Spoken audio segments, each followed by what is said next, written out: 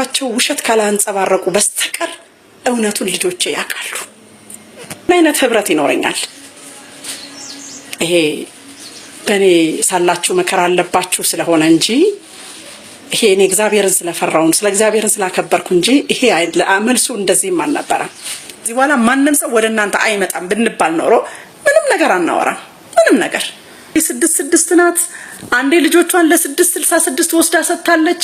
አንዴ እኔ የተከበራችሁና የተወደዳችሁ የህፃናት ማሳደጊያ ሰላም የህፃናት ማሳደጊያ እርዳታ ድርጅት በእኔና በልጆቼ ላይ ያለውን የሚደርስብንን የአካላዊ ጥቃት እንዲሁም ደግሞ ከጀርባችን ሆኖ እየተከታተለንና እያሰቃየን እናትና ልጅን ለያይቶ እናት እንደ ቆሻሻ ባስኬት ውስጥ ትጣል በማለት ህፃናቶቹ ግን ምንም አቅምና ምንም ኃይል ስለሌላቸው ህፃናት ልጆች ናቸው። ምንም ነገር እንዳይናገሩ እነሱም በተለያየ ጥቅም እየደለልን በተለያየ ነገር እያታለልን እናታቸውን እንዲጠሉና እናታቸውን እንዲለዩ በማድረግ እነሱን የግል መጠቀሚያ መገልገያ እናደርጋለን በማለት ከድርጅቱ ጋር የተለያየ ጥቅምና የተለያየ ፈንድ ወይም የተለያየ ገንዘብ በመልቀቅ አላስፈላጊ የሆኑ ድርጊቶች እየተፈጸሙ እንዳሉ ይታወቃል። ነገር ግን ምንም የለም ሰላም ነው እያላችሁ እየሸፋፈናችሁ ያላችሁ አካላትም አላችሁ። ነገር ግን እውነቱ እናትና ልጅን ለያይታችሁ መፍትሄ ይመጣል ማለት ሌላ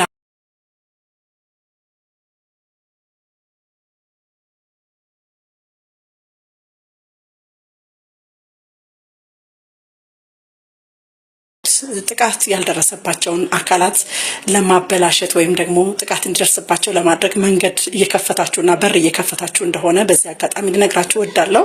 ስለዚህ ህፃናት ልጆቼን ወይን አስረክቡኝ ወይም ደግሞ ህፃናት ልጆቼ ያሉበት ድርጅት ውስጥ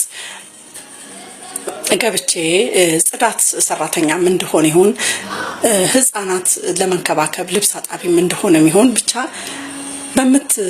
በምትሰጡኝ የስራ ዘርፍ ተሰማርቼ ለመስራት ዝግጁ ነኝ። በእውነቴን ነው የምነግራችሁ። ከዛ ውጭ ግን እናት የምትኖርበት ቦታ እያሳደደና እያንከራተታት ወይም ደግሞ ወደ ልጆቿ እንዳትጠጋ እያረጋት ያለ ግለሰብ እያወቃችሁ እሷ ትንከራተት፣ ነገር ግን እኛ ልጆቿን ይዘናል፣ ልጆቿን ስለያዝን የእሷ መንከራተት ለእኛ ምንም አይመለከተንም ያላችሁ በእያንዳንዳችሁ ቤት ህፃናቶች አሉ። በእያንዳንዳችሁ ቤት ይህ ሀዘን ይገባል፣ ይህ ስቃይ፣ ይህ ሰቆቃ ይገባል እና ችግሩን ችላ ባትሉት ጥሩ ነው ላለው መልእክቴን ማስተላለፍላችሁ ለእናንተ ነው። የተከበራችሁና የተወደዳችሁ የሰላም ህፃናት ማሳደጊያ ድርጅት የገቡ 3 ህፃናት ልጆች አሉ። ለጊዜው ያው ተገቢ የሆነ ትምህርትን ቢያገኙ ተገቢ የሆነ እንክብካቤ ቢደረግላቸውም አልተደሰትኩም ማለት አይደለም፣ ወይም ራስ ወዳድ መሆኔም አይደለም። ነገር ግን እናት በህይወት እያለች አእምሮ በሽተኛ ናት በማለት እናትየዋን ወርውሮ ቆሻሻ ቦታ ላይ በመጣል ወይም ደግሞ እናትየዋ ምንም አይነት የህግ ከለላም እንዳታገኝ ምንም አይነት ነገር ቢደርስባት አይመለከተንም። ነገር ግን ህፃናቶቹ ያው እኛ እየተጠቀምንባቸው እንቀጥላለን በማለት ነው እንጂ እውነት ህፃናቶቹን ለመጥቀምና ለህፃናቶቹ ከማሰብ ቢሆንማ እናታቸው የወለደቻቸውን ያሳደገቻቸውን አራስ እንደሆኑ አይደለም እኮ እናታቸው የተለየቻቸው አሳድጋ እዚህ ደረጃ አድርሳለች። ምንም ቢሆን እናት ነች። ስለዚህ እናት አእምሮ በሽተኛ ከሆነች ስለምን 5 ወር ሙሉ እናት የአእምሮ በሽተኛ ሆና አደባባይ ላይ አስፋልት ላይ ወድቃ ልክ አእምሮ በሽተኞች እንደሚያደርጉት ለምን አልሆነችም? አእምሮ በሽተኛ ከሆነች እናት እውነቴን ነው በዚህ መገንዘብና መረዳት ትችላላችሁ። ይህ ሁሉ መከራ ሲደርስብኝ ከአንድ ቤት ሲያሳድደኝ ልጆቼ ያሉበት አካባቢ ለ6 ለ7 ቦታ ሲያስለቅቀኝ አከራዮች እኔን እንዲጣሉኝና እኔን እንዲጠሉኝ እኔ ክፉ እንመስዬ እንድታይ ወይም እንዲደበድቡኝ በተለያየ በሌሊት ላይ በመምጣት የተለያየ ነገሮችን በመጣል የተለያየ አስማታዊ ነገሮችን በመጠቀም እነዛን አከራዮች መጥፎ ነገሮችን በማድረግ በማስረገጥ በቃ መጥፎ ነገሮችን በመስራት እነዛ ሰዎች ከኔ ጋር እንዲጣሉና አደጋ እንዲደርሱብኝ በማድረግ ነገር ግን እኔ ሄጄ ፖሊስ ጋር ነገሩን በመናገር በፖሊስ ነገሩ እየበረደ ነገሩ እዚህ ደርሷል። ስለዚህ እናንተ ዝም ብላችሁ እኛ አይመለከተንም ሴትዮዋ ስለታመመች ነው አእምሮ በሽተኛ ስለሆነች ነው እያላችሁ ጆሮ ዳባ ልበስ ብላችሁ ነገሩን እንደማትሰሙ ሆናችሁ ዝም ብላችሁ ያላችሁ የሰላም የህፃናት ማሳደጊያ ድርጅት ውስጥ ያላችሁ የምትሰሩ ማንኛውም የሚመለከታችሁ አካላት ሌሎቹ ህፃናት ጥቃት እንዲደርስባቸው፣ ሌሎቹ ህፃናት ትንኮሳ እንዲደርስባቸው፣ ሌሎቹ ህፃናት አላስፈላጊ የሆነ ህመም እንዲጋለጡ እያደረጋችሁ ነው። ምክንያቱም እነሱም እናት አባት ባይኖራቸው እናት አባት እግዚአብሔር አላቸው፣ እናት አባት ፈጣሪ አላቸው። ስለነሱም ስል ነው ይሄንን መልእክት ማስተላለፈው። ለምን የኔ ህፃናት ልጆች በደረሰባቸው የኔ ህፃናት ልጆች በሆነባቸው ነገር ሁሉ እነሱ እንዲደርስባቸው አልፈልግም፣ እነሱ እንዲሆንባቸው አልፈልግም። ምክንያቱም እኔ የነሱም እናት ነኝ። በሰላም ማሳደጊያ የሚኖሩ የድርጅቱ ማንኛውም አይነት የጥበቃ ሰራተኞች ወይም ደግሞ ማንኛውም አይነት ህፃናት ላይ ምንም አይነት ትንኮሳና ምንም አይነት አሰቃቂ ወንጀል እንዲፈጸም አልፈልግም። ምንም አይነት ህመም እንዲደርስባቸውም አልፈልግም። ለምን እነሱ ባልወልዳቸውም ልጆቼ ናቸው። አዎ ኢትዮጵያውያን ናቸው። ደማችን አንድ ነው። በኔ የደረሰ ትናንት በኔ የተከፋው ትናንት በኔ ያለቀስኩበት ጉዳይ ለነሱም ሸር እንዲሆን አልፈልግም። ስለዚህ እውነት እንዲወጣ የምትፈልጉ ከሆነ እውነት እንዲገለጥ የምትፈልጉ ከሆነ እናታቸውን ሰብስባችሁ ህፃናት ልጆቹ አብራ መተኛት መዋል የለባትም ካላችሁ እንኳን ገለል አድርጋችሁ ለብቻው አድርጋችሁ እናትየዋን እናትና ልጅ እንዲገናኙ ብታደርጉ የተሻለ ይመስለኛል። ያው እግዚአብሔር ቤት ትሄዳላችሁ፣ ጸሎት ትጸልያላችሁ፣ ከእግዚአብሔር ጋር ትገናኛላችሁ፣ ህፃናቶቹ በጥሩ መልኩ እንዲያድጉ ትፈልጋላችሁ። ነገር ግን አንዱ ይሄ ነው። ለምን ህፃናት ልጆቼን ለመጥፎ ነገር የተጠቀምኩ ወይም ደግሞ ህፃናት ልጆቼን ለአላስፈላጊ ነገር ያደረኩ እናት አይደለሁም። ጠላት እኔን የተከተለ ጠላት እኔ ያደረኩ ለማስመሰል በሌሊት እየመጣ ወንጀል ይፈጽምብኛል እንጂ እኔ ለልጆቼ ያደረኩት ነገር ምንም እንደሌለ ጠንቀቅ አድርገው ያውቃሉ ልጆቼ። በእውነት እናታችን እንደዚህ ናት ብለው ዋሽተው ካልተናገሩ በስተቀር ጠላት ደብድቧቸው እኔ እናታቸው ለነሱ ክፉ እንዳልሆንኩ ቆሻሻ ልብስ እንኳን እንዲለብሱ እንደማልፈልግ ኢቭኒፍ ድርጅት ውስጥ ሆኖ ልጄ የተቀደደ ጫማ ነው ያደረኩት፣ ጫማዬ ተቀዶማዬ እንደዚህ ነው ሲለኝ ምንም አይነት የሚሄድበት ጫማ የሌለኝ እናት ጫማዬ አውልቄ ነው የሰጠሁት ለህፃን ልጄ። ለምን እናት ነኛ። እናት ይሄን ያህል ናት። እናት ምንም አይነት ዋጋ የምትከፍል ምንም አይነት ጎራበጠኝ የማትል መተካ የሌላት ኦሪጂናል እቃ ተፈላጊ ይሆናል አይደል? ኦሪጂናል እቃ እንኳን ማለት ነው። ኦሪጂናል እናት ነኝ። ኦሪጂናል ፌክ እናት አይደለሁም። ኦሪጂናል እናት። እሷ እንደዚህ ናት። ጥቅም ብላ ነው፣ ጥቅሟ ስለቀረባት ነው። አሁን ከልጆቿ የምትበላው ነገር ቀርቶባት ነው። በልጆቿ የምታገኘው አንድ እጇ ስለተቆረጠባት ነው። የምትለምንባቸው ልጆቿን ስላጣች ነው። ይሄው ክብሩ ይስፋ ለመድኃኔዓለም። እያያችሁኝ ነው። አይን አለኝ፣ አፍንጫ አለኝ፣ ጥርስ አለኝ፣ ከንፈር አለኝ። እንደምታዩኝ ምንም አልሆንኩም። ክብሩ ይስፋ ለመድኃኔዓለም። ያው አለው። መቼም ማየት ማመን ነው አይደል? ትናንት እንግዲህ በልጆቿ እየበላች ነው፣ በልጆቿ እየነገደች ነው፣ በልጆቿ እያተረፈች ነው፣ በልጆቿ ጥቅም አግኝታ ነው እያላችሁኝ ነበር አይደል? አሁን ከልጆቼ የማገኘው ጥቅም የለም። በልጆቼ ምክንያት የሚሰጠኝ ምንም አይነት ስጦታም የለም። ይልቁንም አስፋልት ለአስፋልት እየተንከራተትኩ፣ ይልቁንም ከአንድ ቤት ስኖር አንድ ቤት እንዳልኖር፣ ይልቁንም ስራ ለመስራት እንኳን ሳስብ አንድም አላማ እንዳይኖረኝ አላማዬንም ህልሜንም እያበላሸብኝ ያለ ግለሰብ ለሱ ስላልተመቸውት የሱ ብቻ እንደሆነ ይፈልጋል። የሱ ብቻ መጠቀሚያ፣ የሱ ብቻ መገልገያ፣ የሱ ብቻ ኤቭሪቲንግ የሱ ብቻ። እኔ ደግሞ ፍቅሩ የለኝም፣ ፍላጎቱ የለኝም። ህፃናት ልጆችን ትንኮሳ ካደረሰብኝ በእኔ ላይ ወንጀል ከፈጸመ ሰው ጋር ነገር ግን ለኔ ስትሆኑ ቅዱስ ሆኑ እንዳለው እግዚአብሔር፣ ለኔ ስትሆኑ ንጹህ ሆኑ፣ ለኔ ስትሆኑ እኔን ምሰሉ ስላለ እግዚአብሔር እሱ ፍርዱን ይሰጣል በማለት እሱ ቤት ሄጄ በማልቀስ በሱ መንገድ በመመላለስ ብቻ ነገሩን ለእግዚአብሔር ሰጥቼዋለሁ። ነገሩን ለአምላኬ ሰጥቼው ህግ ካልፈታው የሚመለከተው አካል በሴቶች ጉዳይ ላይ የሚሰራ አካል ካልፈታው እግዚአብሔር ይፈታዋል ብዬ ለእግዚአብሔር ሰጥቼ ዝም ስላልኩ እንጂ መልሱ ይሄ አልነበረም። ኢትዮጵያውያን መልሱ ይሄ አይደለም። ነገር ግን ክፉ ለሚያስብባችሁ፣ ሊገላችሁ ለሚፈልግ ለሚያሳድዳችሁ፣ አዎ ምላሹ ምንድነው? ምላሹ ይሄ ሲመታ ድጋሚ ይሄ ስጠው። መልሱ ይሄ ነው። በእኔ ቦታ ላይ ጠላት ሲያሳድደኝ፣ ጠላት ሲያንከራትተኝ፣ ጠላት ልጆቼን ጥቃት ሲያደርስብኝ፣ ጠላት በሄድኩበት ቦታ ሁሉ ክፋት ሲሰራብኝ ጌታ ሆይ አንተ ታያለህ አይደለ አንተ ትመለከታለህ አይደለ ከማለት ውጪ ሌላ ምንም ነገር የለኝም። ሌላ ለቀን ሰው መስዬ ጥሩ ሰው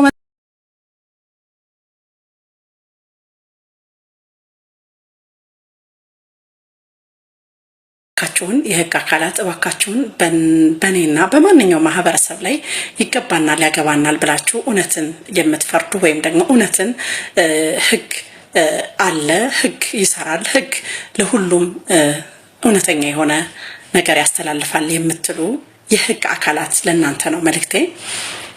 ህፃናት ልጆቼን ያው በክስ ወረቀት አማካኝነት ከተነጣኩኝ እነሆ እንግዲህ ድፍን 5 ወራት ሆነዋል።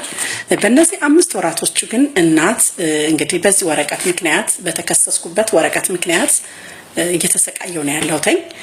እየተሰቃየው ያለሁትን ነገር እናንተ ችላ ብላችሁ እናትየዋ ምንም አይነት ነገር ቢደርስባት አይመለከተንም አያገባንም በማለት የሚደርስብኝን አካላዊ ጉዳት ወይም ደግሞ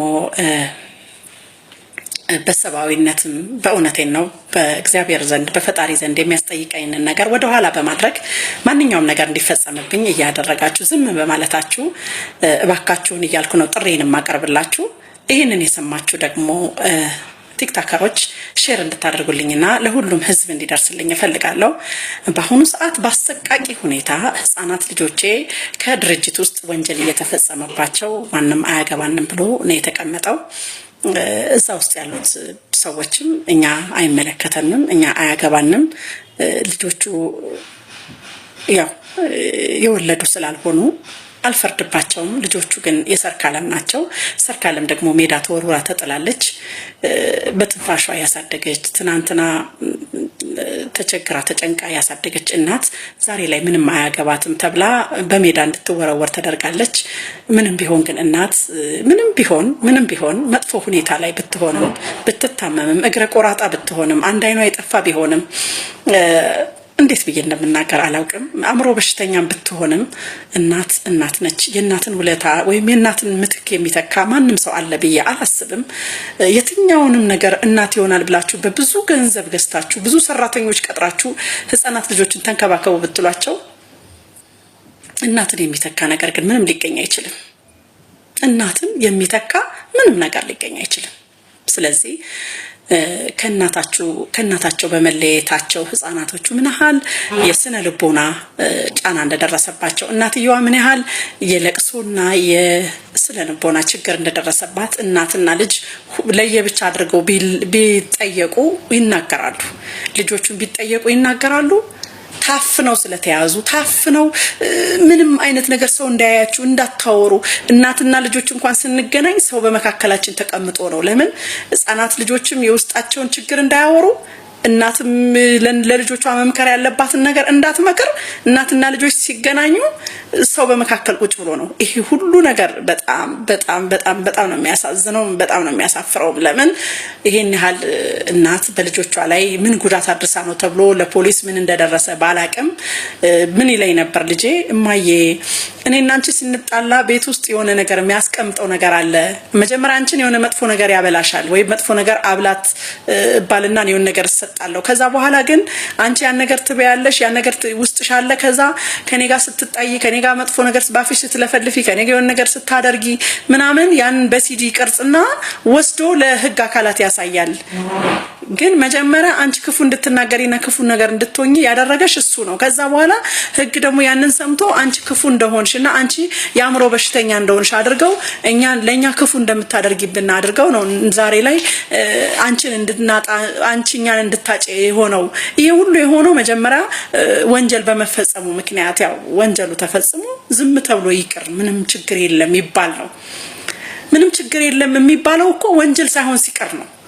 አዎ እግዚአብሔር በማይፈቅደው መልኩ ወንድ ልጆችን የወንድ ግብረ ሰዶም በመፈጸም ዝም ብሎ ይቀመጥ ማለት ምን ማለት ነው? ይሄ ዝም እንዴት ነው ዝም የሚባለው? ለትውልድ እንዴት ነው እያስተላለፍን ያለ ነው? ይሄንን ቃላት ደግሞ አትናገሪ፣ አስጸያፊ ነሽ፣ ልጆችን አዋረድሻቸው፣ አዋርደሽ ሰጠሻቸው፣ ራሷን አዋርዳ ልጆቿንም አዋረደች ስለሚባለው መንገድ ደግሞ ታዲያ ህግ ቢኖር ነው ህግ ቢኖር ነው ህግ ለምን መጀመሪያ እንደሄድንባቸው እንዲህ አይነት ነገር ደርሶብናል ብለን በየቦታ ሄደን በየጣቢያው የተንከራተትንበት ጣቢያ ሁሉ ተገቢውን የሆነ ነገር ቢሆንልን ኖሮ ይሄ ነገር እንዲቆም ቢደረግልን ነገር በቃ ቆሟል ከዚህ ነገር እንዲቆም ቢደረግልን ነገር በቃ ቆሟል ከዚህ በኋላ ማንንም ሰው ወደ እናንተ አይመጣም ብንባል ኖሮ ምንም ነገር አናወራም ምንም ነገር አይደለም ይቅር ልጆቼ እንዲተደረጉ እኔ እንደዚህ ሆንኩኝ አይደለም ምንም ነገር ቀና ብለን አናይም ከማንንም ሰው ጋር ማንደርስም ነበር በቃ ህግ ይፈታልናል አይደል ይሄው አስቀረልን አይደል ብለን ዝም እንል ነበር ነገር ግን በጣም ብዙ ጣቢያዎችን እንግዲህ አሉ የሚባሉ ጣቢያዎች እስከ ፌደራል ፖሊስ ድረስ በመሄድ